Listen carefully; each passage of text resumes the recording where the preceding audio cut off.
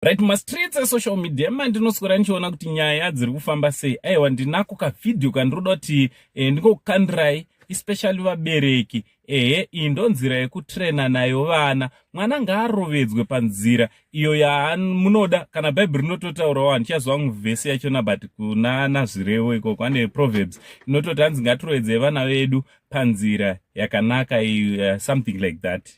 Asiriwo mawords chaiwo chaiwo but inoti zveBhaibheri ndazvitangirei.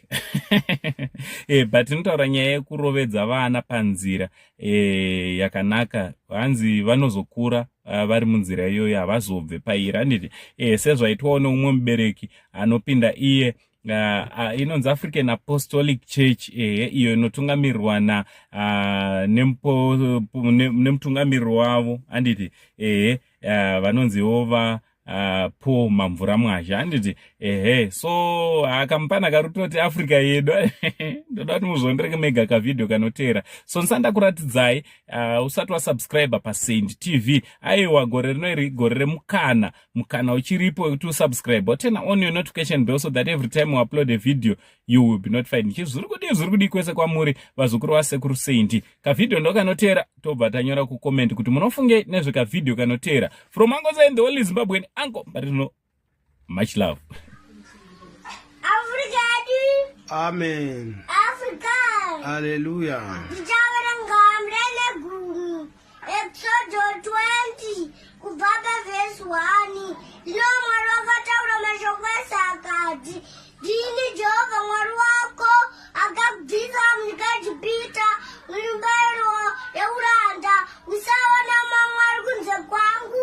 Usachiitira mufananidzo wakawedzwa. Kana uri mufananidzo chinhu chiri mudenga kumusoro. Kana chiri panyika pasi.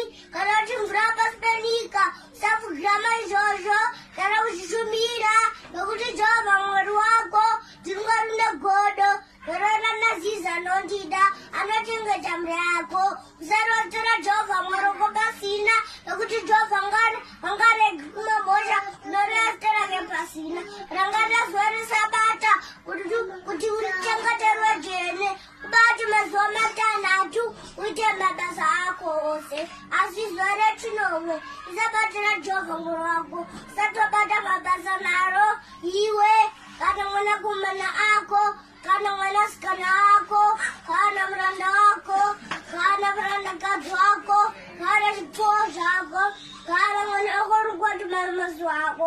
Nokuti mazuva matanhatu Jehovha akataka denga napasi negungwa nezvose zviri mukati mazvo akazorora nezuva rechinomwe. Naizvozvo Jehovha akaripafadza zuva reSabata akaruta dzvene kuti baba namai vako kuti mazuva ako azhinji panyika yapera naJehovha mwari wako. Usauraya, usaita upongwe, usaba usakuvhura kunhema, usatamba gwako, usatwa mukadzi wako kana muranda wake kana murandakadzi wake kana nzombe yake kana mwengere yake kana chimwe chokwako. Usaye Jehovha. Amen. Usaye Jehovha. Hallelujah.